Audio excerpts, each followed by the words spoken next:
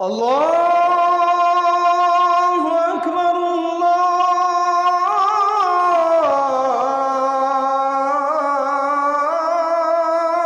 আকবার। সূর্য মানুষের মাথা থেকে এখন 15 কোটি কিলোমিটার দূরে, কিন্তু কিয়ামতের বিভীষিকাময় দিনে 15 কোটি কিলোমিটার দূরের সূর্য মানুষের মাথার একেবারে নিকটবর্তী হয়ে যাবে। সূর্যের প্রচন্ড তাপে মানুষেরা ঘামাতে থাকবে।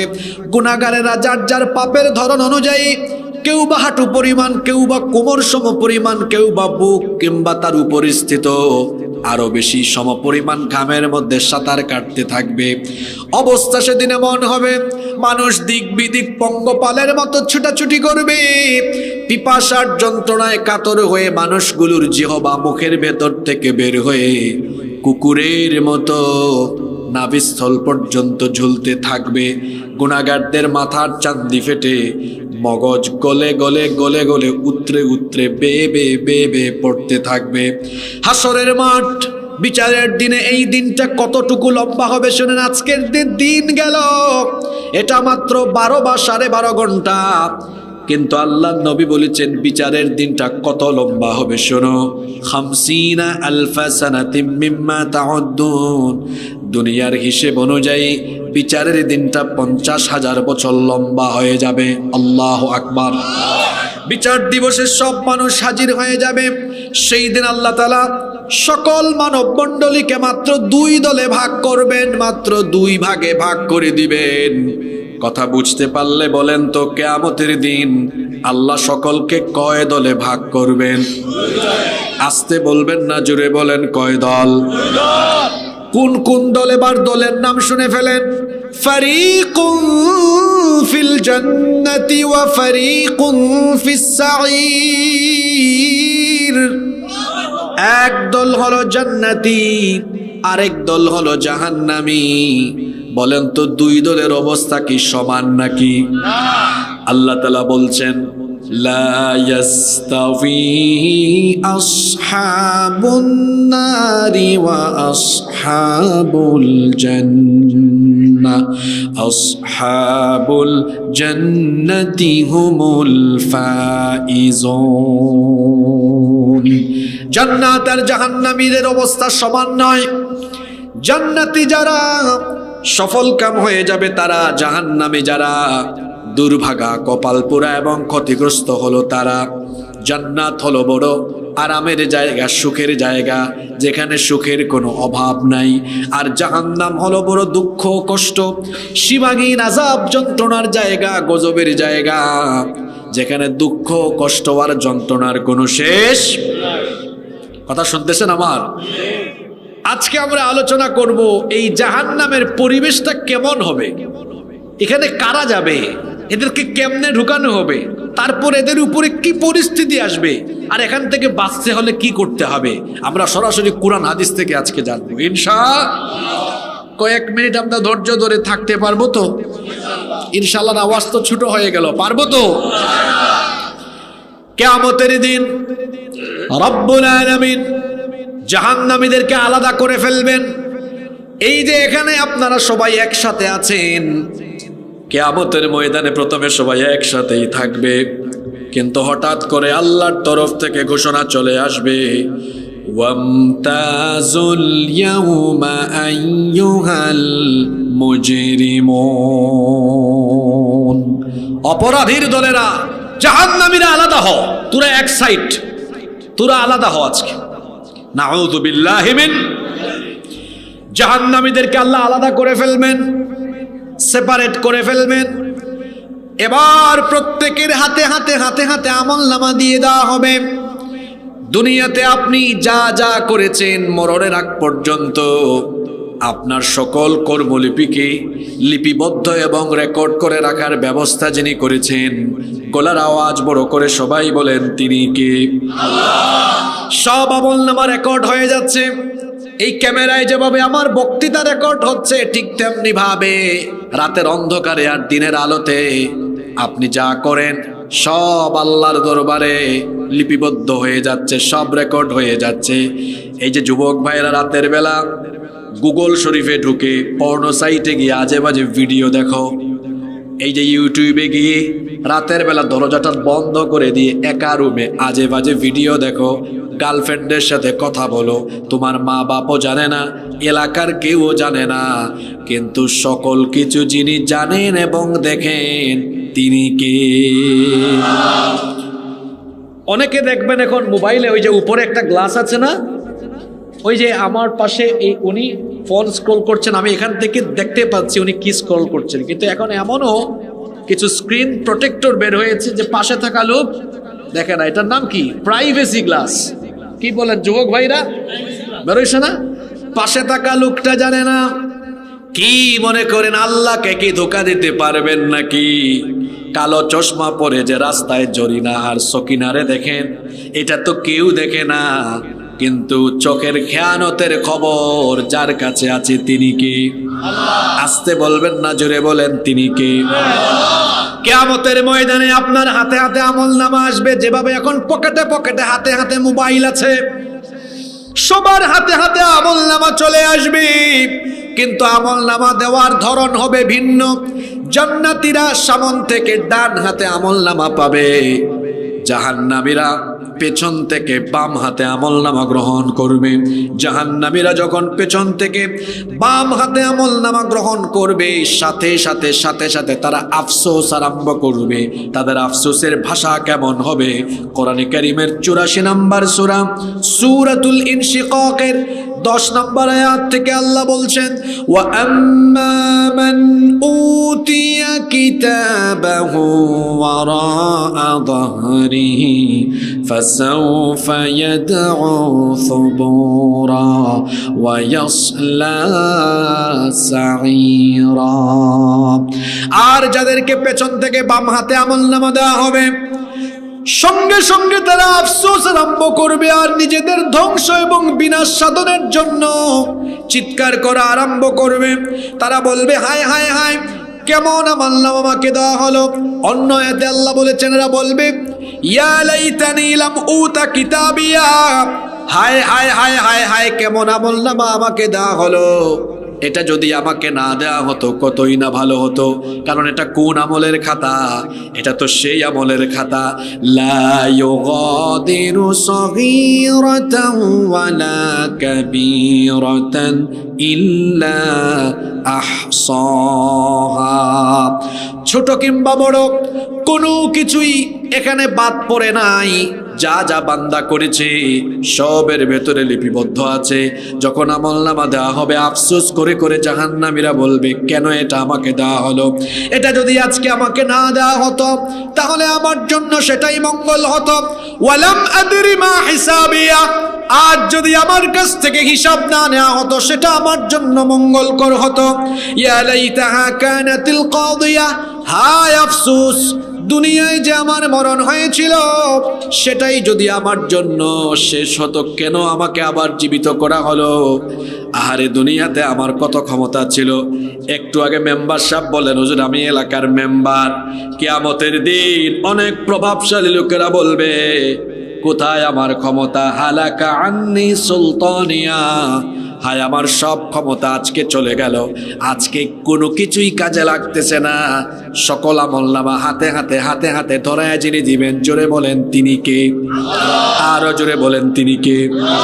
ব্রাহ্মণবাড়িয়া আদালতে মামলা নেওয়া হলে প্রথমে দেখা যায় অভিযুক্ত আসামির ব্যাপারে চার্জশিট গঠন হয়, এরপরে সেটা এজলাসের মধ্যে মামলা হওয়ার পরে আবার হেয়ারিং হয়, শুনানি হয়, অতঃপর পক্ষে বিপক্ষে সাক্ষ্য গ্রহণ হয়। উকিল সাহেবরা, অ্যাডভোকেট সাহেবরা হেয়ারিং করেন, তর্ক বিতর্ক হয়, অতঃপর রায় হয়। মাঝে মাঝে উচ্চ আদালতে গিয়ে আবার এই রায়ের বিরুদ্ধে আবার মাঝে মাঝে দেখা যায় আপিলও করা যায়। এই হচ্ছে আমাদের বিচারের নমুনা।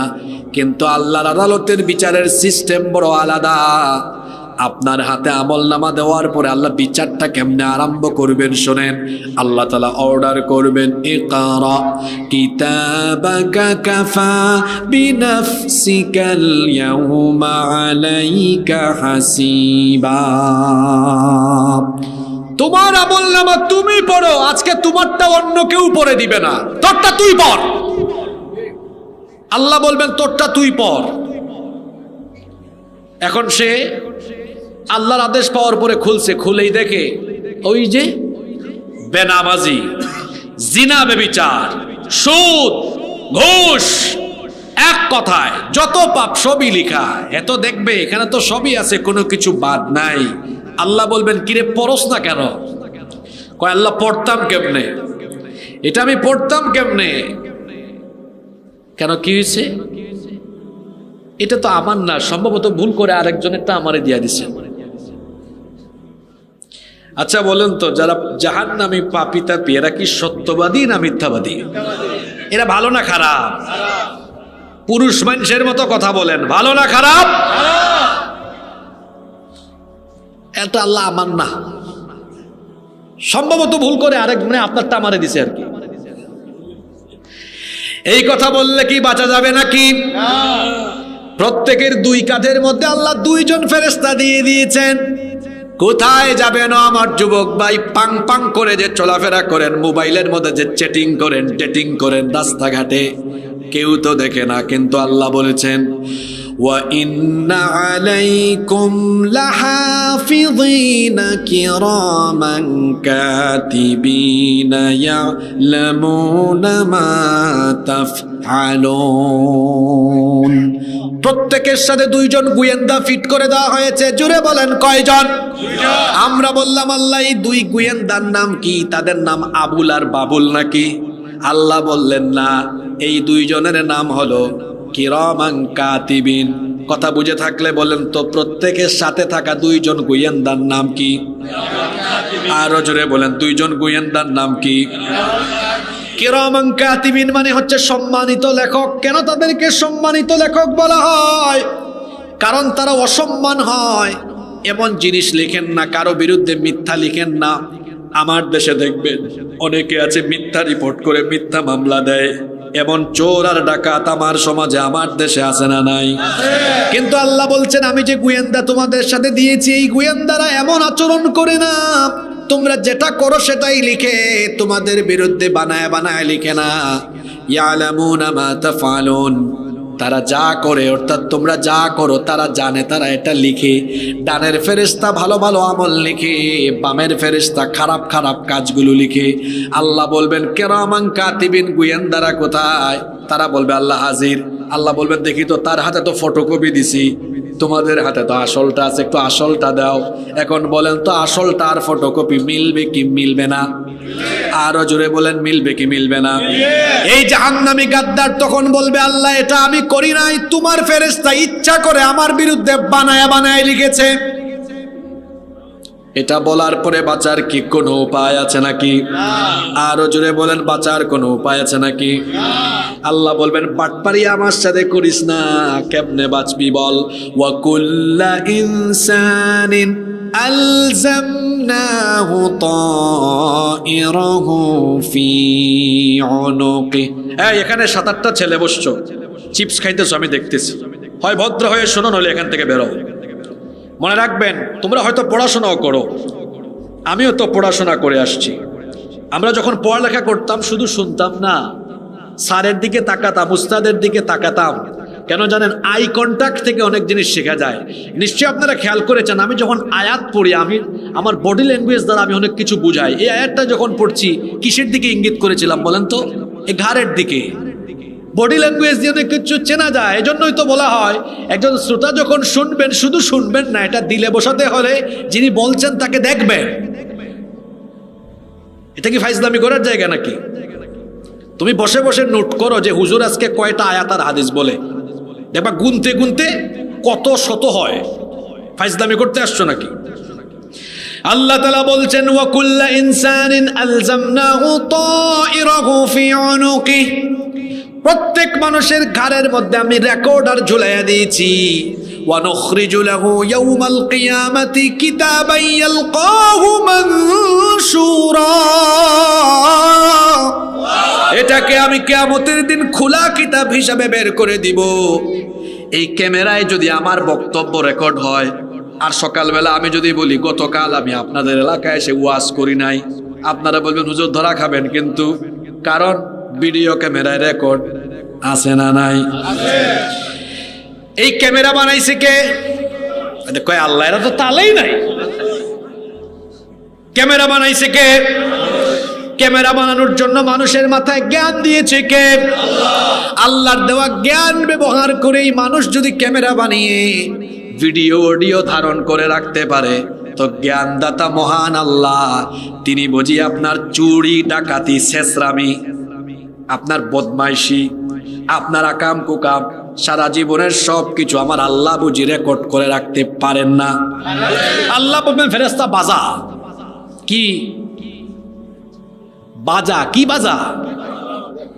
এই গাদ্দারের ইজ্জত থাকবে? আর কিয়ামতে কোটি কোটি মানুষের সামনে আল্লাহ বলবেন এবার তার রেকর্ডটা দেখা। হ্যাঁ যুবক ভাইরা, কেমনে জিনা করো? লজ্জা করে না? কি করে গুনাহ করো? তোমার শরম করে না? তুমি যে মোবাইলে আজে বাজে ভিডিও দেখো, তোমার কারবার তো ভিডিও হয়ে গেছে। এটা তোমার বাপের সামনে, তোমার মার সামনে দেখানো হবে কিয়ামতে। আল্লাহ বলবেন দেখা। কিছু কিছু গাদ্দার আছে, ধরা খাইলেও বলে কই এডিট হয়ে গেছে, আছে না? এরাও বলবে কিয়ামতে আল্লাহ এটা এডিটিং, এটা আসলটা না। বাঁচতে পারবে? আল্লাহ বলবেন তুই আসলে একটা গাদ্দার, তোর আর কথা বলারও কোনো চান্স নাই। তুই যে কি করেছিস এখন আর রেকর্ডিং বাজানো লাগবে না, এবার তোর শরীর তোর ব্যাপারে কথা বলবে। আল্লাহর বিচার কত মারাত্মক! খবরদার চোখের গুনাহ, জবানের গুনাহ, হাতের গুনাহ, পায়ের গুনাহ ছেড়ে দেন, কারণ এই হাত, পা, চক্ষু, কান, নাক কিয়ামতের দিন যার হুকুমে কথা বলা আরম্ভ করবে, জুড়ে বলেন তিনি কে? আমাদের পরিচিত সূরা ইয়াসিনে আল্লাহ বলেছেন আল ইয়াউমা নাখতিমু আলা আফওয়াহিহিম ওয়া তুকাল্লিমুনা আইদিহিম ওয়া তাশহাদু আরজুলুহুম বিমা কানু ইয়াকসিবুন। ঠোঁটের মধ্যে তালা লাগিয়ে দেওয়া হবে, একদম বন্ধ। ফটর ফটর করে না অনেকে দুনিয়ায় বেশি কথা বলে, এরকম মানুষ আছে না? হুদাই কথা বলে। ঠোঁটের মধ্যে একদম স্টাপলিং করে দেওয়া হবে, হা করতে পারবে না, কথাও বলতে পারবে না। আল্লাহ বলবেন এর ঠোঁটের মধ্যে তালা লাগা, এটা বেশি কথা বলে। এবার আল্লাহ বলবেন এর শরীরের চক্ষু, তার চোখ, তার এই হাত আর পা, এর জবান আমি খুলে দিলাম। এবার হাত বলবে আল্লাহ তার এই আঙ্গুলগুলা দিয়েছ, এই আঙ্গুলগুলা দিয়ে সে সব নাপাক কাজ করেছে, আজে বাজে জায়গায় ব্যবহার করেছে, এটা দিয়ে শুধু গুগল শরীফে গিয়ে আজে বাজে ভিডিও স্ক্রল করেছে। আল্লাহ তুমি তারে হাত দিয়েছ, কলম ধরলে ইসলামের বিরুদ্ধে রিপোর্ট করেছে। আল্লাহ হাতটা দিয়েছ কোরআন শরীফ ধরার জন্য, কিন্তু এই হাত দিয়ে মাদক, গাঁজা এগুলো সে টাচ করেছে। এই হাত দিয়ে যে গাঁজা খাইছেন, এই হাত সাক্ষী হয়ে গেছে। হাত আল্লাহর দরবারে কথা বলা আরম্ভ করবে। পা এবার বলবে আল্লাহ এই পা দিয়ে হেঁটে হেঁটে মাহফিলে যায় না, গিয়েছে মমতাজের গানে। এই পা দিয়ে হেঁটে হেঁটে মসজিদে যায় নাই, গিয়েছে হেঁটে হেঁটে সিনেমা দেখতে, গিয়েছে চুরি করতে, গিয়েছে ডাকাতি করতে। হাতও কথা বলবে, পাও কথা বলবে। মহিলারা শোনেন ভালো করে, কথাগুলো শোনেন। এই যে গায়ের সুন্দর চামড়া, এটা দিয়েছেন কে? এটাকে আবার ঢেকে পর্দা করার জন্য হুকুম করেছেন কে? আপনি পর্দা করলেন না। এখানেও বহু আল্লাহর কুতুব আছে যারা ওয়াজ শুনতে এসেছে, কিন্তু তার বউকে, তার বোনকে পর্দা করায় না। এবার শোনেন আল্লাহর বিচারের সিস্টেম কেমন। শুধুমাত্র হাত আর পা নয়, কেমনে আল্লাহ বিচারটা আরম্ভ করবেন।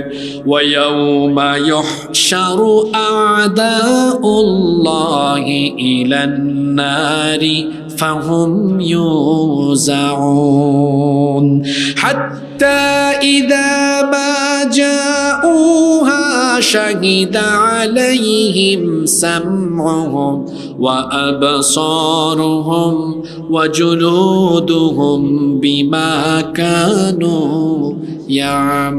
ইয়ামালুন।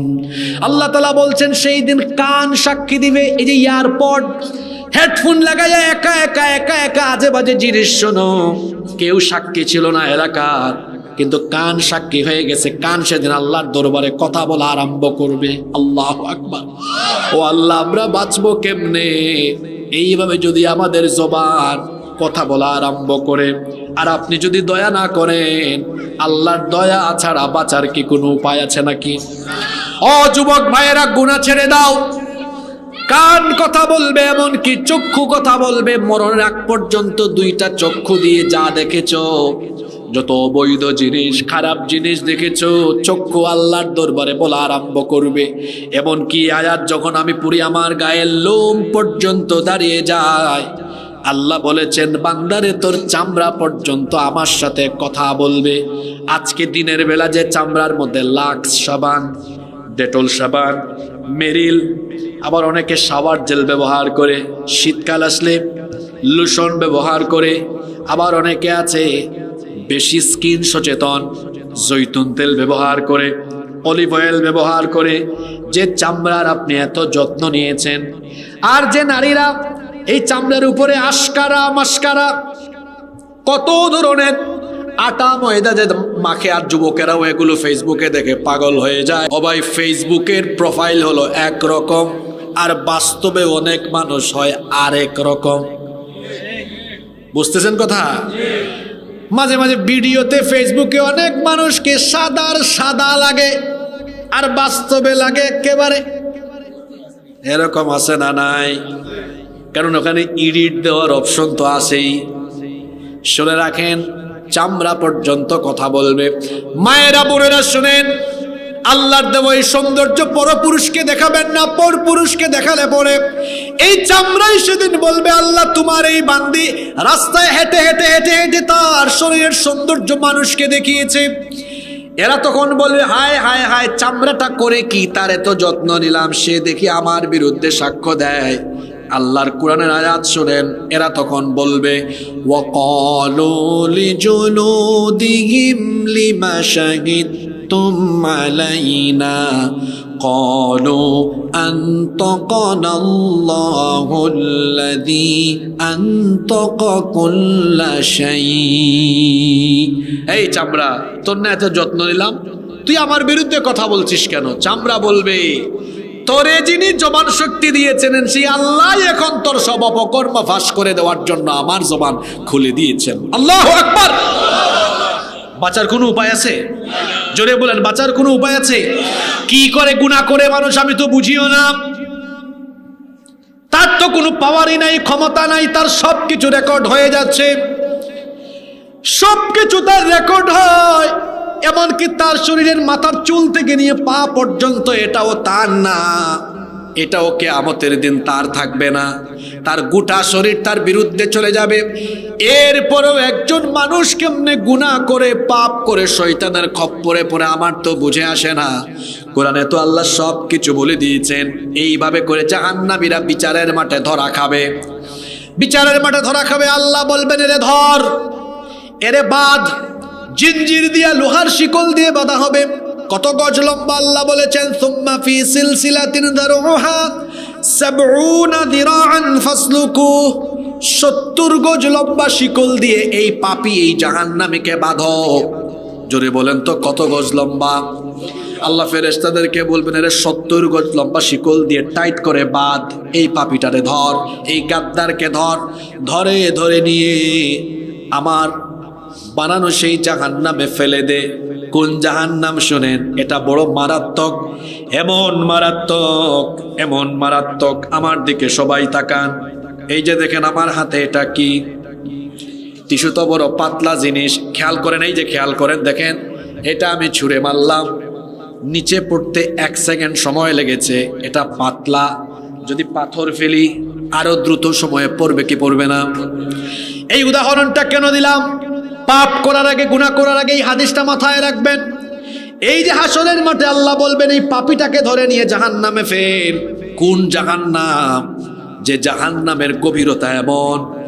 ইবনে হিব্বানের বর্ণনায় রাসূল বলেছেন, লাউ আন্না হিজরান ইয়াকযাফু বিহি ফি জাহান্নাম হাওয়া ৭০ খরিফ ফান ক্বাবলা আন ইয়াবলুগা কারুহা। জাহান্নাম এত গভীর, এত গভীর। জাহান্নামের মুখে যদি একটা পাথর এইভাবে ফেলা হয়, জাহান্নামের মুখের মধ্যে একটা পাথর ফেললে এটা জাহান্নামের তলদেশ পর্যন্ত পৌঁছাতে 70 বছর সময় লাগে। কত বছর? একটু আগে এটা ফেলছি, 1 সেকেন্ডও লাগছে। কি করে গুনাহ করেন, কেমনে পাপ করেন, আজকে এখান থেকে তওবা করে উঠেন। ওই যে আল্লাহ একটু আগে ফেরেশতাদেরকে বলতেছেন, এরে ধর, এটা 70 গজ লম্বা শিকল দিয়ে বাঁধ, এটা টেনে হিচড়ে নিয়ে ফেল। কোন জাহান্নাম যেখানে ফেললে তলদেশে যেতেই সময় লাগে কত বছর? কোন জাহান্নাম? যে জাহান্নাম এত মারাত্মক, এত ক্ষিপ্র।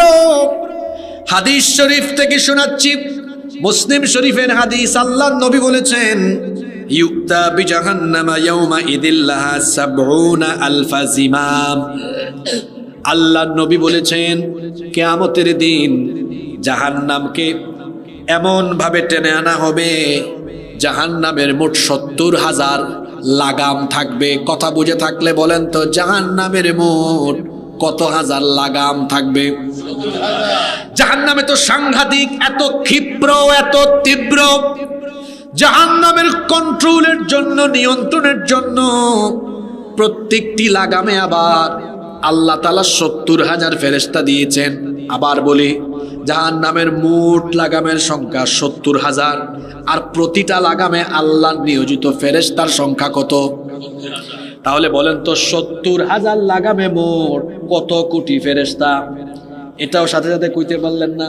৭ × ৪৯, ৪৯০ কোটি। চিন্তা করেন তো, ব্রাহ্মণবাড়িয়ার জেল, এখানে আর কয়শো পুলিশ আছে এটাকে নিয়ন্ত্রণের জন্য, কিন্তু জাহান্নামকে নিয়ন্ত্রণের জন্য আল্লাহর বানানো ৪৯০ কোটি ফেরেশতা জাহান্নামের লাগাম ধরে আছে। আল্লাহু আকবার। রাসূল বলেছেন, এই ৪৯০ কোটি থেকে মাত্র একজন যদি একটু করে লাগামটা লুজ করে, জাহান্নাম সাথে সাথে গোটা হাসরের মাঠ তার পেটে ঢুকায় ফেলবে। আল্লাহু আকবার। কি করে মানুষ গুনাহ করে আমি তো বুঝি না। কোন জাহান্নাম? যে জাহান্নামের আগুনকে আল্লাহ তাআলা একটানা ৩,০০০ বছর উত্তাপ দিয়েছেন। জুড়ে বলেন, কয় হাজার বছর? প্রথম পর্যায়ে জাহান্নামের আগুনকে ১,০০০ বছর উত্তাপ দেওয়া হলো, এটা রক্তিম বা লাল বর্ণ ধারণ করলো। এরপরে আরো ১,০০০ বছর তাপ দেওয়া হলো, এটা কৃষ্ণ বর্ণ ধারণ করলো। অতঃপর আরো ১,০০০ বছর যখন জাহান্নামের আগুনকে উত্তাপ দেওয়া হলো, জাহান্নামের আগুন ভয়ঙ্কর কালো হয়ে গেল। তাহলে বলেন তো, দুনিয়ার আগুনের রংটা কি? ঘুমাই গেছেন নাকি? দুনিয়ার আগুনের রংটা কি? আর জাহান্নামের আগুনের রংটা কি? এখন যদি ইলেকট্রিসিটি চলে যায়, এখন যদি জেনারেটর চলে যায়, এই জায়গা অন্ধকার হয়ে গেলে কেউ যদি এখানে কিছু খড় একত্রিত করে আগুন জ্বালায়, বলেন তো এখানে কিছু আলো হবে কি হবে না? কারণ আগুনের কালার হলো লাল, এজন্য এখানে কিছু আলো হয়ে যাবে। কিন্তু আমার বাবারা, আমার ভাইয়েরা, পাপ কইরেন না, গুনাহ কইরেন না, কারণ জাহান্নামের আগুন এত ভয়ঙ্কর, এটা আলোকিত জায়গায় ছেড়ে দিলে পরে আলোকিত জায়গা শুদ্ধ অন্ধকার হয়ে যায়। তার মানে গোটা জাহান্নাম তমসাচ্ছন্ন, নিকষ কালো, অগ্নিগর্ভ। আল্লাহু আকবার। দুনিয়ার যে আগুন আছে, এই আগুন হলো জাহান্নামের আগুনের ৭০ ভাগের মাত্র ১ ভাগ।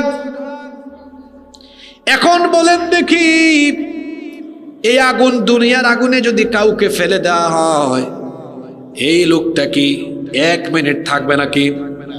ওই যে কিছুদিন আগে ঢাকায় একটা বিমান দুর্ঘটনা ঘটলো না?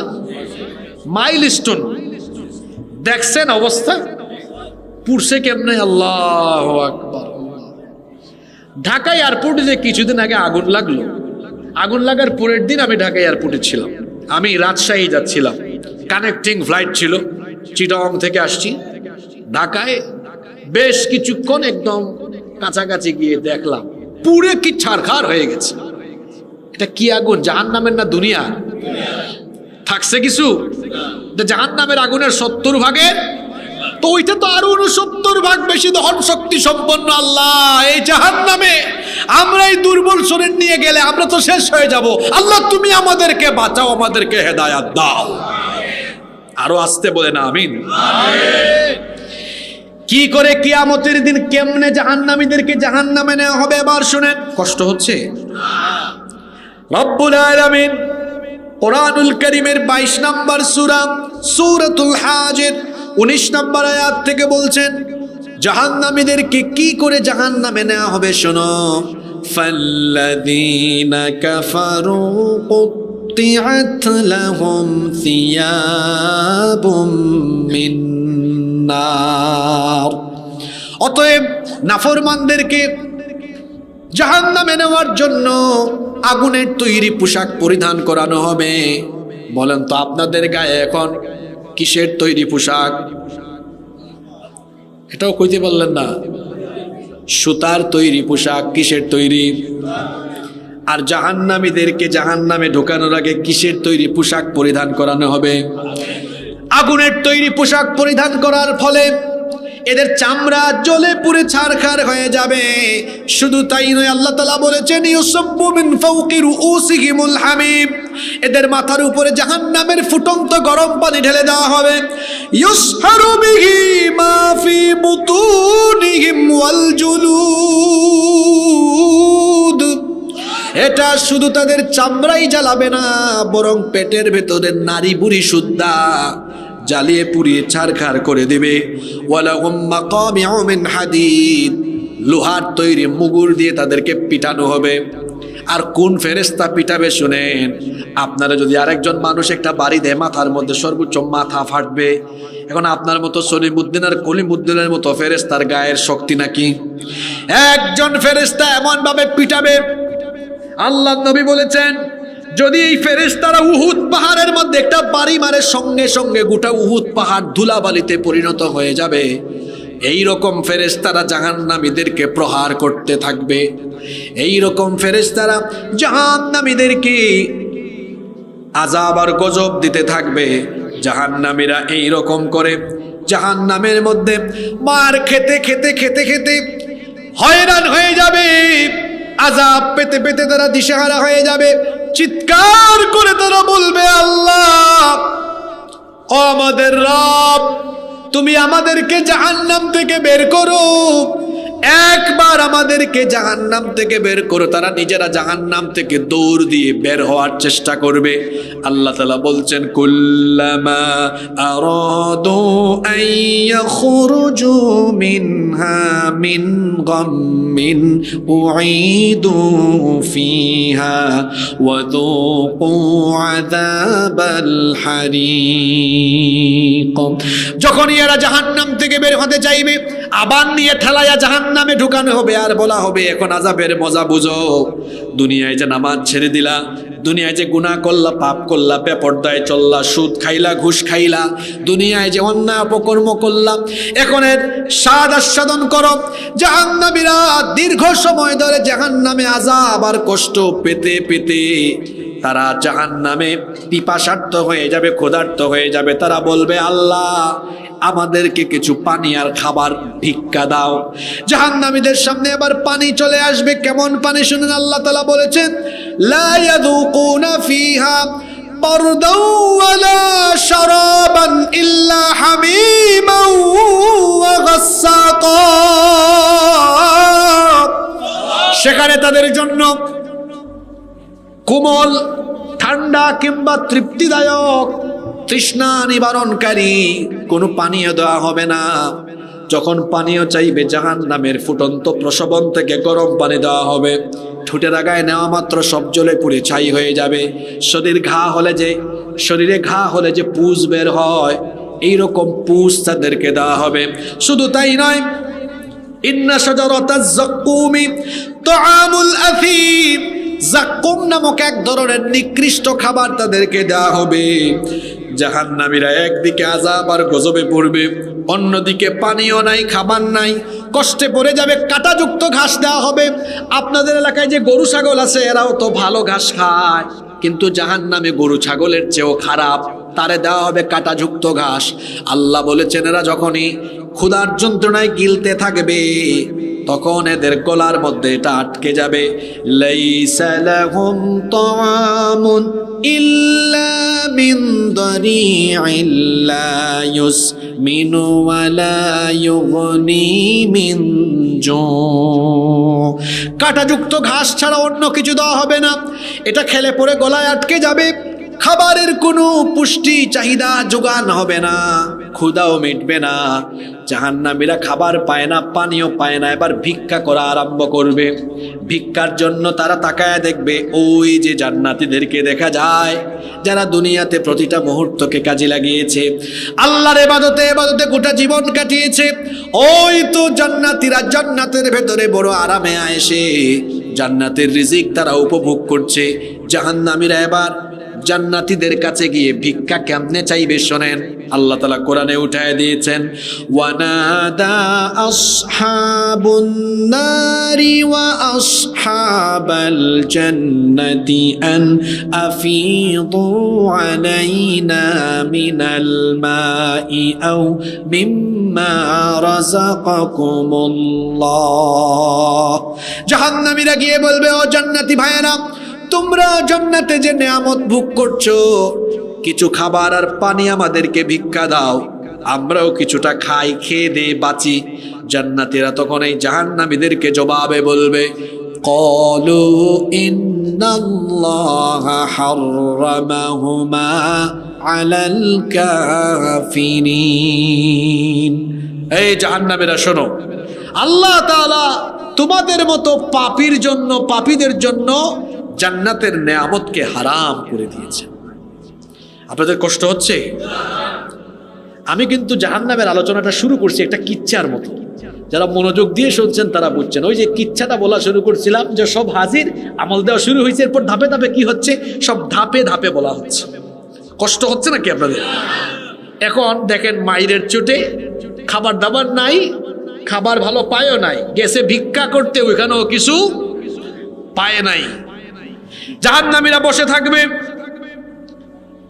হঠাৎ করে জাহান্নামীরা কিয়ামতের ময়দানে জাহান্নামের মধ্যে তারা এবার তাদের নেতাদেরকে সামনে পাবে।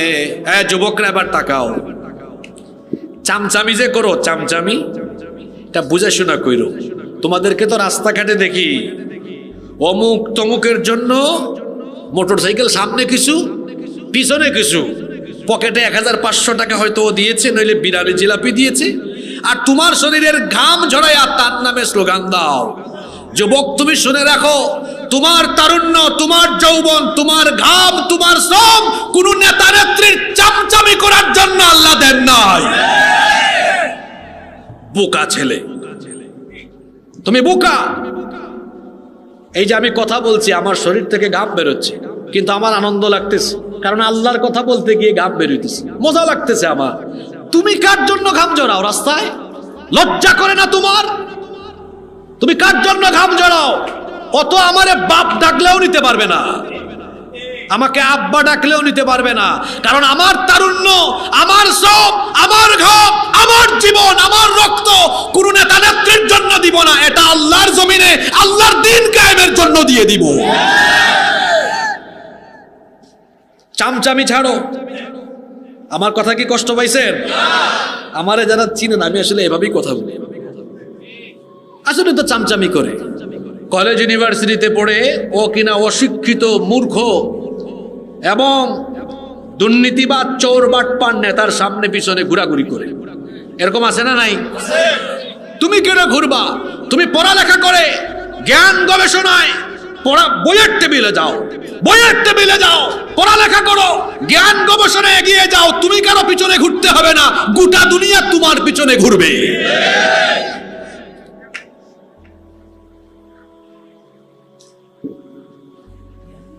এই আয়াত শোনার পরেও, এখন যে আয়াত পড়ব, এই আয়াত শোনার পরেও যে এই সব ছাড়বে না, বুঝবে এর অন্তরে, এর কলবে মুহর লেগে গেছে। ওই যে কোরআন শরীফে আছে না, খাতামাল্লাহু আলা কুলুবিহিম ওয়া আলা সামঈহিম, শুধু কলবে নয়, আল্লাহ বলেছেন কানেও। শুধু কানে না, আল্লাহ বলেছেন ওয়ালা আবসারিহিম, চোখেও। এরা কারা? শুনেও না শোনার ভান করে, দেখেও না দেখার। এবার আটকাবে, দাঁড়ান দাঁড়ান দাঁড়ান দাঁড়ান, আপনারাই তো তারা। আমাদের কি ইউজ করছেন মিয়া আপনারা? যেখানে যেটা ভাঙতে বলেছেন ভেঙে দিয়েছি, যেখানে যারে মারতে বলেছেন মেরে ফেলেছি, যেখানে কোরআন হাদিসের বিরুদ্ধে আলেমদের বিরুদ্ধে কথা বলতে বলেছেন বলে ফেলেছি। বলে না? আমাদেরকে বলে ধর্ম ব্যবসায়ী, মৌলবাদী। আচ্ছা বলেন তো, আমি যে ওয়াজ করতেছি, আমার আগে যে ফয়সাল ভাই ওয়াজ করলেন, এই যে সভাপতি আমাদের সম্মানিত হুজুর আছেন, আপনারা যদি আমাদেরকে বলেন হুজুর আপনাদেরকে আমরা 10 লাখ টাকা দিব, আর আপনারা আগামীকাল থেকে পাঞ্জাবি খুলে শার্ট পরে আর দাড়ি টাড়ি চাইছা একদম প্রিন্সিপ করে হাঁটবেন, আপনাদের কি মনে হয় আমরা কি এটা করবো নাকি? বুঝে শুনে উত্তর দিন, করবো? কোন হুজুর এটা করবে? এমনকি আমাদের তাহিরি ভাই কেউ যদি বলেন, হেও করবে না, এটা করবে? কেউ করবে না তো এটা। শোনেন, ধর্ম ব্যবসায়ী আপনাদেরকে বুঝাচ্ছি, করবে করবে। এবার আপনারা বলেন তো, একদম দিল সাফ রেখে উত্তর দেন। আমাদের সমাজে এমন বহু নেতা কিন্তু আছে, তারা যদি বলেন ভাই সাহেব শার্ট প্যান্ট খুললা আপনি ভোট পাওয়ার জন্য পাঞ্জাবি টুপি পরেন, এ পড়বে কি পড়বে না? আপনারাই বলেন, এমন বহু আছে না নাই? মিয়া সামনে ইলেকশন, হজ করতে সুযোগ না পাইলো ওমরাটা কইরা আইসা নামের আগে হাজী সাহেবকে তাকাও, আছে কি না? তাহলে বলেন তো, আমরা তো কখনো টাকা পয়সা ক্ষমতার জন্য জুব্বা পাল্টাই না, জুব্বা খুলি না, ক্লিন শেভ করি না। আমরা ধর্ম ব্যবসায়ী হইলাম কেমনে? বরং তোমরা যারা আমাদেরকে ধর্ম ব্যবসায়ী বলো, আমরা তোমাদেরকে চিনি। তোমরা ভোটের আশায় শার্ট ছেড়ে পাঞ্জাবি লাগাও, তোমরা ভোটের আশায় মাথায় টুপি লাগাও, তোমরা ভোটের আশায়, আমি শেষ করি, কথা শেষ করি নাই, তোমরা ভোটের আশায় হজ ওমরা করে নামের আগে হাজী সাহেব লাগাও, যারা ভোটের আশায় শার্ট প্যান্ট ছেড়ে পাঞ্জাবি পরে টুপি পরে, আবার ওমেনও আছে নির্বাচনের টাইমে নামাজ 7-8 ওয়াক্ত পড়ে। কইবেন হুজুর 7-8 ওয়াক্ত কেমনে হয়? আচ্ছা বলেন তো, এই ফতেপুর গ্রামে নামাজ আর নবীনগর সদরে নামাজ কি এক টাইমে হয় নাকি? বাজারে নামাজটা একটু কি হয়, দেরি করে হয়। তো আসছিল এশার নামাজের সময়, এদিকে ক্যাম্পেইনে গ্রাম তো আজান হয়ে গেছে, নামাজে ঢুকছে, কিছুক্ষণ পর গেছে নবীগঞ্জ পৌরসভায়, এখানে গিয়ে দেখে এশার আজান মাত্র পড়ছে। এখন তো তার সাঙ্গ বঙ্গেরা কয়, লিডার এখানে তো আজান মাত্র পড়ছে, কয় চুপ, মসজিদে ঢুক, কয় একটু আগে না নামাজ পড়ছেন, কয় আবার ঢুক, জানোস না এটা ইলেকশনের টাইম। এরা আবার আলেমদেরকে ধর্ম ব্যবসায়ী বলে। তোমরা ভোটের জন্য শার্ট ছেড়ে পাঞ্জাবি পড়তে পারো, টুপি পরিধান করতে পারো, ভোটের জন্য, ভোট পাওয়ার জন্য, ক্ষমতায় যাওয়ার জন্য তোমরা 5 ওয়াক্তের জায়গায় নামাজ বাড়ায় দিতে পারো। যারা এরকম সিজনে সিজনে সুরত পাল্টায়, ওরাই হলো আসল ধর্ম ব্যবসায়ী।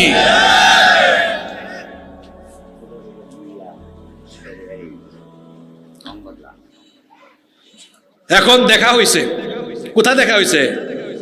আপনারা ঘুমাই গেছেন নাকি?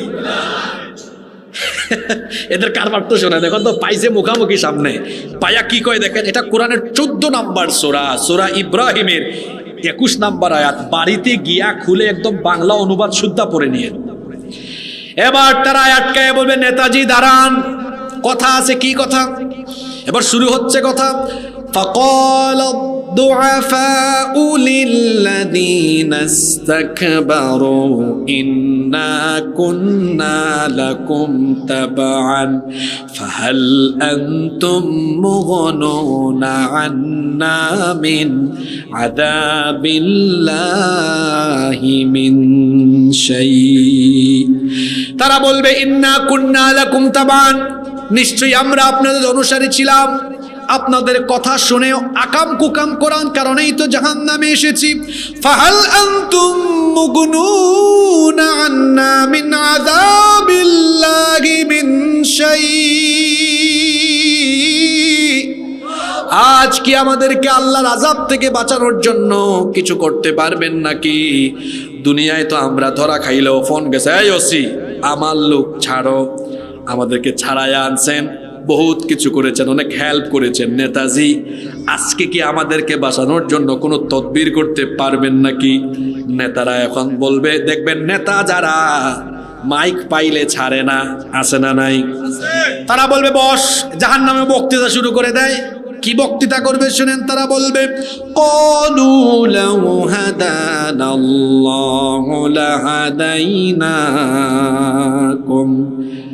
বলবে লাউ হাদানাল্লাহ, আরে বেটা তোরে কি আর বলতাম, আল্লাহ যদি আমাগরে হেদায়েত দিতেন লাহাদাইনাকুম, তাহলে আমরা তোদেরকে হেদায়েত দিতাম। ও যুবকেরা, বাবারা, চাচারা, ভাইরা, কোন সব নেতা খেদাদের পিছনে ছুটেন, যাদের কুরআন নাই, হাদিস নাই, ইসলাম নাই, এদের পিছনে সামনে ঘোরাঘুরি করেন। কিয়ামতের দিন এরা বলবে আমরা হেদায়েতে ছিলাম না, তোদেরকে কেমনে হেদায়েতে দিলাম, ঠিক কি না? কর্মীরা বলবে এদিকে তাকান, এদিকে যা হওয়ার হয়ে যাক।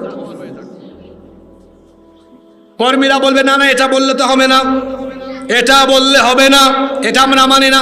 নেতারা বল বস বেটা, চিৎকার করিস না, তার কারণ হলো জায়গা বুঝে কথা বল।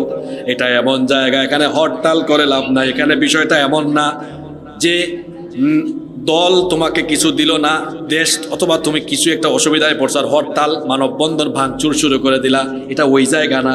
এটা জায়গা হলো আরেকটা, এখানে চিৎকার করে লাভ নাই। সাওয়াউন আলাইনা আজাজিনা আম সাবারনা মা লানা মিন মাহিস। আজকে চিৎকার করো আর যাই করো না কেন, আজকে আমরা নেতা আর তোমরা কর্মী, আজকে উভয়ের অবস্থা জাহান্নামে সমানে। কথা বলেন, সমান? কর্মীরা মানবে না, না না না, এটা কেমনে সমান সমান হয়? কারণ দুনিয়াতে আপনারা ভালো ভালো চেয়ারে সাদা পায়জামা পাঞ্জাবি লাগায় বসছেন, আর আমরা দাঁড়ায় দাঁড়ায় থাকছি। তো দুনিয়ায় তো সমান সমান পজিশনে ছিলাম না। আচ্ছা বলেন তো, দুনিয়াতে নেতা কর্মীর পজিশন কি সমান সমান নাকি? এই যে সামনে নির্বাচন, কেউ হবে এমপি, কেউ হবে মন্ত্রী, আর তাদের সাঙ্গপাঙ্গরা দেখবেন ওই যে বললাম ঘোরাঘুরি করে, পজিশন কি সমান নাকি? তারা বলবে দুনিয়ায় পজিশন যেমন সমান ছিল না, জাহান্নামেও আমরা পজিশন সমান সমান চাই। এবার এই কর্মীরা তাদের নেতাদের বিরুদ্ধে গিয়ে আল্লাহর কাছে আবেদন করবে দুইটা। জোরে বলেন, কয়টা? এক নাম্বার আবেদন তারা করবে, এক নাম্বার আবেদন তারা করবে, তারা বলবে ও আল্লাহ, আমাদের এই নেতারা আমাদেরকে পথভ্রষ্ট করেছিল। দুনিয়ায় আমরা এদের সামনে পিছনে ঘুরতাম, তারা দেখেন না অনুষ্ঠানে গেলে দেখবেন নেতা এমনে বসে আর কর্মীরা পিছনে দাঁড়ায় থাকে। আল্লাহ, দুনিয়াতে পজিশনটা সমান ছিল না, এখানেও আমরা সমান চাই না। আল্লাহ বলবেন তাহলে তোমরা চাও কি? এবার কর্মীরা বলবে আল্লাহ, আমাদের এক নাম্বার চাওয়া হলো এরা আমাদের সামনে একটু ফালায়া দেন, নাজআলহুমা তাহতা আকদামিনা লিয়াকুনা মিনাল আসফালিন। আল্লাহ, এরে আমাদের সামনে দেয়, এর বুকের উপরে উঠে একটু পাড়া দেই, আমরা এরে পদদলিত করি, দলিত মথিত করি। যারা ইসলাম বাদ দিয়ে, কোরআন হাদিস বাদ দিয়ে নেতাগিরি করছে, তার কর্মীরা সেদিন তার বুকের উপরে উঠে তারে পাড়াবে। এগুলো শোনার পরেও আপনি কেন অবুঝের মতো আচরণ করেন? আমি তো বুঝি না। এটা এক নাম্বার আবেদন। কয় নাম্বার? কি আবেদনটা করছে? আল্লাহ সামনে ফেলায় দেন, একটু সাইজ করে নেই। দুই নাম্বার আবেদন, আল্লাহ বলবেন আর কি চাও? এবার তারা বলবে, আল্লাহ দুই নাম্বার আবেদন হলো রব্বানা ইন্না আতা'না সাদাতানা ওয়া কুবারানা ফাআদাল্লুনা সাবিলা। এরা আমাদের লিডার ছিল, আমরা তাদের আনুগত্য করেছিলাম, এরা আমাদেরকে পথভ্রষ্ট বানিয়েছে। এরা এখন বলে পজিশন নাকি সমান সমান। আল্লাহ, পজিশন সমান সমান আমরা চাই না। আল্লাহ বলবেন ঠিক আছে, বলো তাহলে দুই নাম্বার চাওয়াটা কি? এবার তারা বলবে আমাদের চাওয়াটা হলো রব্বানা আতিহিম দি'ফাইনি মিনাল আযাবি ওয়ালআনহুম লা'নান কাবীরা। আজ জাহান্নামে আমাদেরকে আপনি যে আযাব দিবেন, জাহান্নামে আমাদেরকে যে যন্ত্রণা দিবেন, আমাদের চাইতে আমাদের নেতাদেরকে জাহান্নামে ডবল আযাব দিবেন। কি আযাব? পুরুষ মানুষের মতো জবাব দেন, কি আযাব? আচ্ছা বলেন তো দেখি, জাহান্নামে কর্মীরা নেতাদের বিরুদ্ধে আবেদন করছে কয়টা?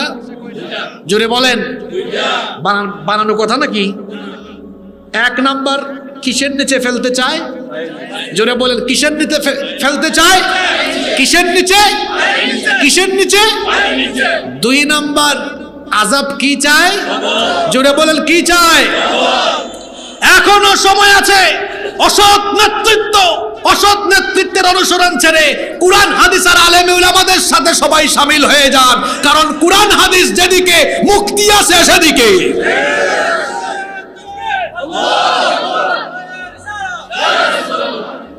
শোনেন, একটা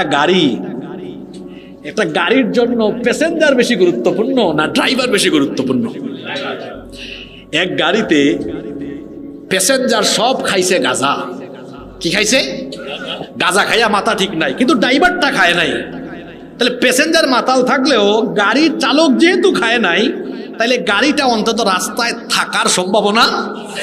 কিন্তু আরেক গাড়িতে কোনো প্যাসেঞ্জার গাঁজা খায় নাই, খাই ফেলছে ড্রাইভার। গাড়ি কিটা রাস্তায় থাকবে না খালে পড়বে? তাহলে গাড়ি সুন্দরভাবে চলার জন্য ড্রাইভার গুরুত্বপূর্ণ। ঠিক তেমনি একটা দেশকে পরিচালনার জন্য দেশের নেতৃত্ব হলো গুরুত্বপূর্ণ। ওই নেতৃত্বের জায়গায় যদি চোর, ডাকাত, সন্ত্রাস, ধর্ষণকারী, লুণ্ঠনকারী, ডাকাত পর্যায়ের লোক চলে যায়, রাস্তায় যেমন একটা গাড়ির চালক গাঁজাখুর হলে রাস্তা থেকে গাড়ি খালে পড়ে যায়, ঠিক তেমনি একটা দেশের চালকের আসিনে যে নেতৃত্ব থাকার কথা, এরা যদি চোর বাটপার পড়ে যায়, ওই দেশও উন্নতির দিকে না গিয়ে এরাও অবনতির দিকে চলে যায়। এই জন্য আগে নেতা ঠিক করতে হয়। কি ঠিক করতে হয়? এখন বলবেন হুজুর ওয়াজ তো ভালোই করতেছিলেন, জাহান্নামের ওয়াজ, মাঝখানটা নেতার কথা কইলেন কেন? কারণ এই অসৎ নেতাগুলা যাবে কোথায়? ওই আয়াতটাই পড়তেছি আমি এখন। কথা কি বোঝা যায়? জোরে বলেন, কথা কি বোঝা যায়? মনে রাখবেন, কোরআন হাদিস ছাড়া শান্তি নাই। শান্তি আছে? এই যে আমাদের দেশে, এটা তো কোরআনের মাহফিল, এখানে আমরা রাজনীতির কথা না বলি, এটাই ভালো। কিন্তু আসেন তো আমরা একটা ফায়দার কথা বলি। এই যে আমাদের দেশটা 54 বছর ধরে স্বাধীন হয়েছে। কত বছর? আপনারা কি জানেন 32 বছর 2 জন মহিলা শাসন করেছে, আর 22 বছর অনেক পুরুষ মিলে শাসন করেছে। তাহলে নারীরা এগিয়ে আছে, তাই না? তারা 2 জন মিল্লা 32, আর আমরা অনেক পুরুষ মিল্লা কত? 22 বছর মাত্র। আবার নারীরা এমন ক্ষমতাবান ছিল এই দেশে, প্রাইম মিনিস্টার, প্রধানমন্ত্রী, বিরোধী দলীয় নেত্রী, স্পিকার, স্বরাষ্ট্রমন্ত্রী, পররাষ্ট্রমন্ত্রী, শিক্ষামন্ত্রী, সব কি? এই যে নারীরা এত ক্ষমতা পাইছে। আবার 54 বছর ধরে দেশে মানুষের আইন দিয়ে দেশ চলছে। আদালতে কার আইন? আল্লাহর আইন না মানুষের আইন? এই মানুষের আইন চলছে। বলেন তো, দেশও চালাইছে নারীরা বেশি, মানুষের আইন দিয়ে চলছে। নারী নির্যাতন, নিপীড়ন, ধর্ষণ কি বন্ধ হয়ে গেছে? জোরে বলেন, বন্ধ হয়ে গেছে? এই যে একজন বলতেছেন আরো বাড়ছে। এই যে 7-8 মাস আগে মাগুরা এক ছোট্ট মেয়ে, তার নামটা মনে আছে? আসিয়া, এক পরিবারের 3 নরপিশাচ মিলে তার উপর পাশবিকতা চালালো। আমার বোন কয়েকদিন হাসপাতালে থেকে কষ্ট পেতে পেতে দুনিয়া থেকে চলে গেল। সে কবরে চলে গেছে, তার কবরে ঘাস উঠে গেছে, কিন্তু তার ধর্ষণকারীরা এখনো বেঁচে আছে না নাই? বাংলাদেশে এমনও কিছু কলেজ, বিশ্ববিদ্যালয় আছে ধর্ষণের সেঞ্চুরি হয়েছে, আছে না? তারা এবার ফুলের মালা দিছে। এমন কিছু ব্যবসায়ী আছে ধর্ষণ করেছে, কিন্তু টাকার গরমে আইন পায়ের তলায় ফেলে দিয়েছে, তার কিছুই হয় নাই। এমন কিছু রাজনীতিবিদ আছে ধর্ষণের দায়ে অভিযুক্ত, ক্ষমতার দাপটে কিছুই হয় নাই। রাস্তায় আরো সাদা পায়জামা পাঞ্জাবি পরে বের হয়, আর তার সাঙ্গপাঙ্গরা ফুলের মালা গলায় দেয়, আছে না নাই? এ কেমন আইন? যে আইন থাকার ফলে, মানুষের বানানো যে আইন থাকার ফলে আমার ধর্ষিতা বোন কবরে গিয়ে কবরে ঘাস উঠে, আর ধর্ষক ফুলের মালা নিয়ে রাস্তায় হাঁটে, সেই আইনের মুখে আমি লাথি মারি। এই আইনের মুখে প্রত্যেকের ঝাড়ু দিয়া পিটানো দরকার। এটা কোনো আইন হইল? কিন্তু এর পরিবর্তে যদি কোরআনের আইন থাকতো, বলেন আপনাদের ভালো হইতো না খারাপ হইতো? তাহলে আপনারা আপনাদের ভালোর জন্য মানুষের আইন চান না আল্লাহর আইন চান? বুঝে শুনে বলেন, আপনারা আপনাদের ভালোর জন্য আল্লাহর আইন চান না মানুষের আইন চান? মনে রাখবেন বাবারা, ভাইয়েরা, যুবক ভাইয়েরা, কোরআন হাদিস ছাড়া শান্তি নাই, মুক্তি কোনোদিন মুক্তি আসবেও আসবে না। মানুষ গরিব হবে, ক্ষুধা মুক্ত হবে না। যতই ওয়াজ করেন ভাই, মানুষকে খাওয়াইতে হয়, ঠিক না? এই যে আমার দেশে গরিব মানুষ, না খাওয়া মানুষের সংখ্যা কম না বেশি? জোরে বলেন, কম না বেশি? একটা দেশের অর্থনৈতিক অবস্থাকে সমৃদ্ধ করার জন্য আল্লাহ কোরআন শরীফের ভিতরে জাকাতের ফর্মুলা দিয়েছেন। কিসের ফর্মুলা দিয়েছেন? আমাদের দেশে বেশিরভাগ মানুষ জাকাতের নামে শাড়ি লুঙ্গি দেয়, এদের জাকাত আদায় হয় না। জাকাতের বিধান দেওয়া হয়েছে দারিদ্রতা দূর করার জন্য, মানুষকে স্বাবলম্বী করার জন্য। আমার দিকে তাকান, খেয়াল করে শোনেন। এই যে আজকে যুবকরা মাহফিল করছে, এরা যদি মনে করেন এই লাউর ফতেপুর গ্রামে যাদের উপর জাকাত ফরজ, তাদের থেকে টাকা কালেকশন করে তারা যদি দেখে এখানে মোট পরিমাণ হয়েছে 2 লাখ টাকা। কয় লাখ টাকা? 2 লক্ষ টাকা যদি জন প্রতি 500 করে দেয়, 400 জন মানুষকে দিতে পারবে। কিন্তু এই 400 জন মানুষ কি ধনী হয়ে যাবে? এক বেলা খাইয়া আরেক বেলা খাইতে পারবে না। কিন্তু যদি এই 2 লক্ষ টাকা 400 জনকে না দিয়ে একজন বিধবা বোনকে একটা সেলাই মেশিন দিলেন, আরেকজনকে একটা রিক্সা বা ভ্যান কিনে দিলেন, আরেকজনকে একটা টঙের দোকান করে দিলেন, অভাবী পরিবার চলে না, এরকম 3-4 জনকে দিলেন, বলেন তো এখন তাদের পরিবার চলার মতো অবস্থা হবে কি হবে না? জাকাতে এমনি দিতে হয় এই সিস্টেমে। এখন এটা তো দেখাইলাম আপনাদের গ্রাম দিয়ে। এখন যদি আল্লাহর কোরআন দিয়ে একটা দেশ চলে, আর সেখানে যদি এই ফর্মুলা রাষ্ট্রীয়ভাবে গ্রহণ করা হয়, প্রত্যেক মুসলমানের সম্পদের হিসাব সরকারের কাছে থাকবে। যাদের কাছে নিসাব পরিমাণ মাল আছে তাদের মোবাইলে মেসেজ চলে আসবে, আপনার তো এবছর এত টাকা জাকাত আসছে, আমাদের উপজেলা অফিসে নিয়ে জমা করেন।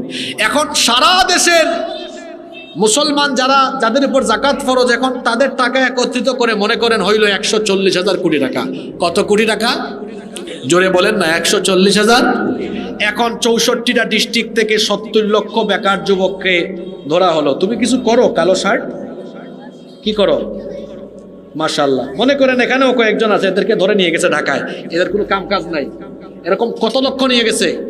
70 লক্ষ নিয়ে প্রত্যেককে বলতেছে এই ছেলে দিকে আসো, ধরো 2 লাখ টাকার চেক নাও।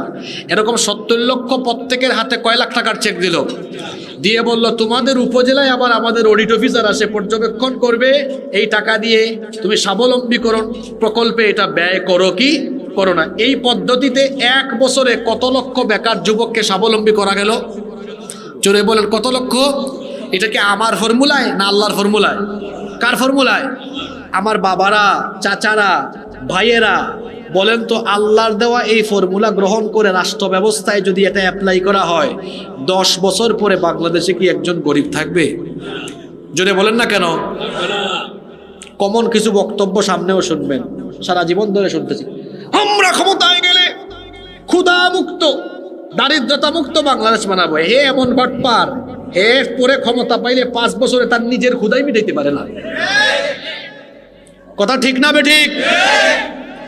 যে 5 বছরে তার নিজের ক্ষুধাই মিটাতে পারে না, হে কেমনে মানুষের ক্ষুধা মিটাবে? ও মুসলমানেরা, যদি ক্ষুধা মুক্ত দারিদ্রতা মুক্ত বাংলাদেশ পেতে চান, যদি বাংলাদেশে দারিদ্রতার কবর দিতে চান, তাহলে মানুষের তৈরি করা আইনকে লাথি দিয়ে বঙ্গোপসাগরে ফেলে আল্লাহর কোরআনকে গ্রহণ করে নিতে হবে।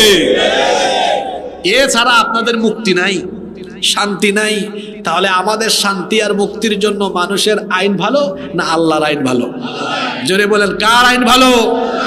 আল্লাহর আইনের বাইরে গেলে এই যে বিপদ, জাহান্নামে দেখছেন, কয় আল্লাহ ডবল দেন। কি দেন? এবার শেষ পয়েন্ট বলি, কষ্ট হয়ে যাচ্ছে না তো আপনাদের? এবার জাহান্নামে সর্বশেষ জাহান্নামীদের সাথে দেখা হবে শয়তানের। কার? এই তো বাবা, তোমারে পাইছি, তুমি ধোঁকা দিয়ে নামাজ থেকে দূরে রেখেছো, তোমার ওয়াসওয়াসায় গান শুনেছি, তোমার ওয়াসওয়াসায় যত ধরনের হারামাত অপরাধের কাজ আছে সব করেছি, তুমি দাঁড়াও। এবার শয়তানকে আটকায়া জাহান্নামীরা বলবেন তোমার সাথে হিসাব নিকাশ আছে। শয়তান বলবে আমার সাথে তোদের আবার কি হিসাব নিকাশ, আমার ভাষণ শোন। এবার শয়তান বক্তব্য আরম্ভ করবে। কেমন বক্তব্য দিবে শুনেন। সে তখন বলবে ওয়াকালাশ শাইতানু লাম্মা কুদিয়াল আমরু ইন্নাল্লাহা ওয়া'আদাকুম ওয়া'আদাল হক্ক ওয়া ওয়া'আদতুকুম ফাআখলাফতুকুম।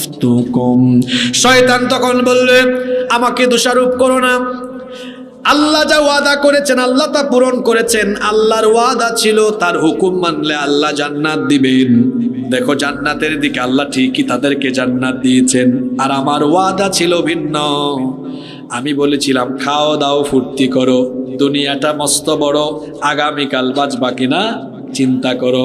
আমি ধোঁকা দিয়েছি, আমি শুধু একটা কাজই করেছি, ওয়ামা কানা লি আলাইকুম মিন সুলতান, তোমাদের উপরে আমার কোনো কর্তৃত্ব ছিল না। শুনেন যে শয়তানের ধোঁকায় ফজরের নামাজটা কাজা করেছেন, এই শয়তান বলতেছে কোথায়? জাহান্নামে বলতেছে আপনাকে, ওয়ামা কানা লি আলাইকুম মিন সুলতান, তোমার উপরে আমার কোনো কর্তৃত্ব ছিল না, তবে হ্যাঁ আমি একটা কাজ করেছিলাম, সেটা হলো ইল্লা আন দাআউতুকুম ফাস্তাজাবতুম লি, আমি শুধু দাওয়াত দিতাম, আসো আসো শয়তানি পথে আসো, তুমিও কিছু না বুঝে শয়তানি পথে দৌড় মেরেছ।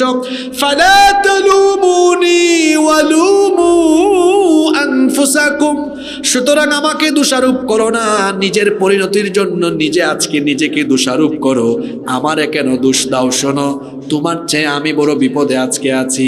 মা আনা বিমুসরিখিকুম ওয়া মা আনতুম বিমুসরিখি, তোমরা আর কি বিপদে আছো, তোমাদের চেয়ে আমি আরো বড় বিপদে আছি।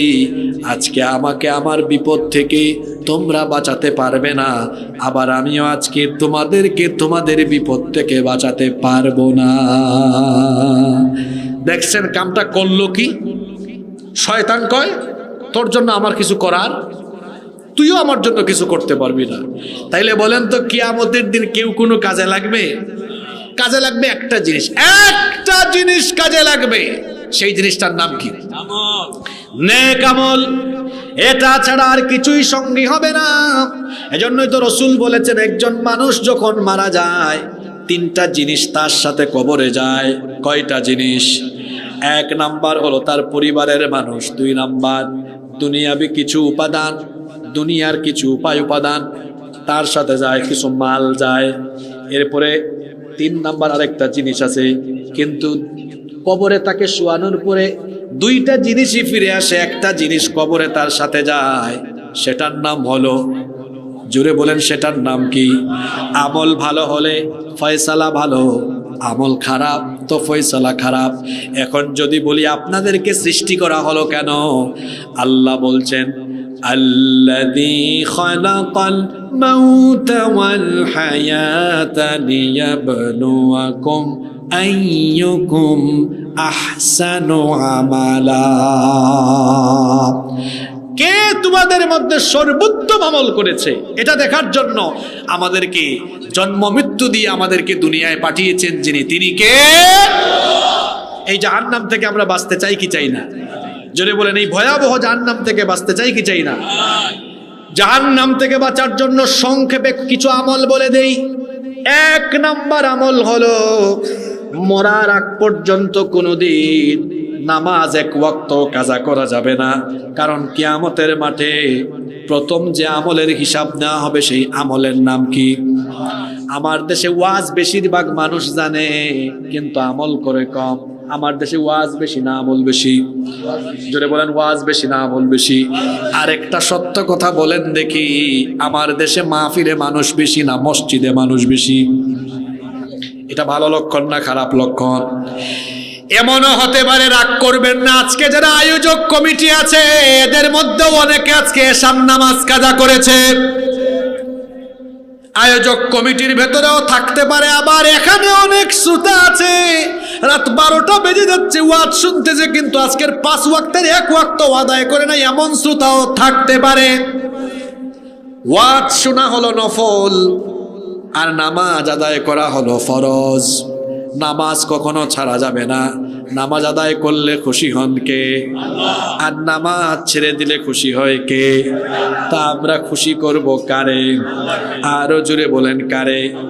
এই যে ফজরের নামাজের নাক ডাকায়া ঘুমায় থাকেন, ফজর আদায় করেন না, জোহরের আগে আপনার জানাজা রেডি হওয়ার সম্ভাবনা আছে না নাই?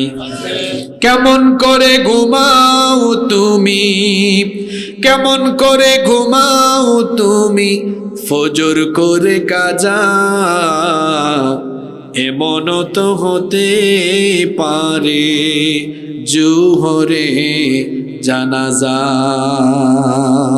হতে পারে কি পারে না? জাহান্নাম থেকে বাঁচতে চাইলে 5 ওয়াক্ত নামাজের আমল ঠিক করে ফেলতে হবে। যুবক ভাইদেরকে বলবো, মসজিদের সামনের কাতারগুলোতে আপনারা থাকবেন।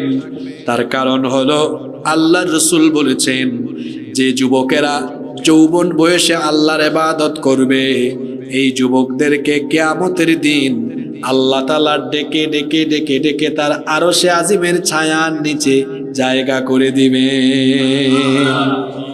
জাহান্নাম থেকে বাঁচতে হলে 1 ওয়াক্ত নামাজও কাজা করা যাবে না। যে ঈমান আপনাকে নামাজে দাঁড় করাতে পারে না, এই ঈমান আপনাকে জান্নাতেও নিতে পারবে না। আল্লাহর রাসূল বলেছেন, যে ব্যক্তি নামাজ ছেড়ে দিল সে যেন দিন থেকে বের হয়ে গেল। যার মধ্যে নামাজ নাই তার মধ্যে ঈমানই নাই। এজন্য রাত 12টা পর্যন্ত ওয়াজ শুনলাম কিন্তু নামাজ আদায় করলাম না, এতে তো কোনো ফায়দা হলো না। মনে রাখতে হবে সবার চেয়ে সবচেয়ে বড় আমলের নাম কি? আরো জোরে বলেন, ঈমান আনার পরে সবচেয়ে বড় আমলের নাম কি? জাহান্নাম থেকে বাঁচতে চাইলে মসজিদের সাথে সম্পর্ক করেন। মসজিদের সাথে সম্পর্ক করার ওই যে রাসূল বলেছেন মুআল্লাকুন ফিল মাসাজিদ, মসজিদের সাথে অন্তরটাকে ঝুলিয়ে রাখা। এরপরে জাহান্নাম থেকে বাঁচতে হলে আমি সংক্ষিপ্ত আমল বলে দিচ্ছি। জাহান্নাম থেকে বাঁচতে হলে নামাজ, এর পাশাপাশি দ্বিতীয় আমল হলো সকল ফরজ মৌলিক ইবাদতের প্রতি যত্নবান হয়ে যাওয়া। একটা ফরজ ইবাদত বাদ না দেওয়া। যতগুলো ফরজ ইবাদত আছে সেগুলো ঠিকঠাক মতো আদায় করা। এই যে ইবাদত করি এটা আল্লাহর হক। জোরে বলেন, কার হক? জাহান্নাম থেকে বাঁচতে হলে আগে আল্লাহর হক আদায় করবেন। জাহান্নাম থেকে বাঁচতে হলে এরপরে 2 নম্বরে বান্দার হক, মানুষের হক আদায় করবেন। মানুষের হকের মধ্যে সবার আগে হলো আব্বা আম্মার হক। জোরে বলেন, মানুষের হকের মধ্যে সবার আগে কার হক? সবার আগে আব্বা আম্মার হক।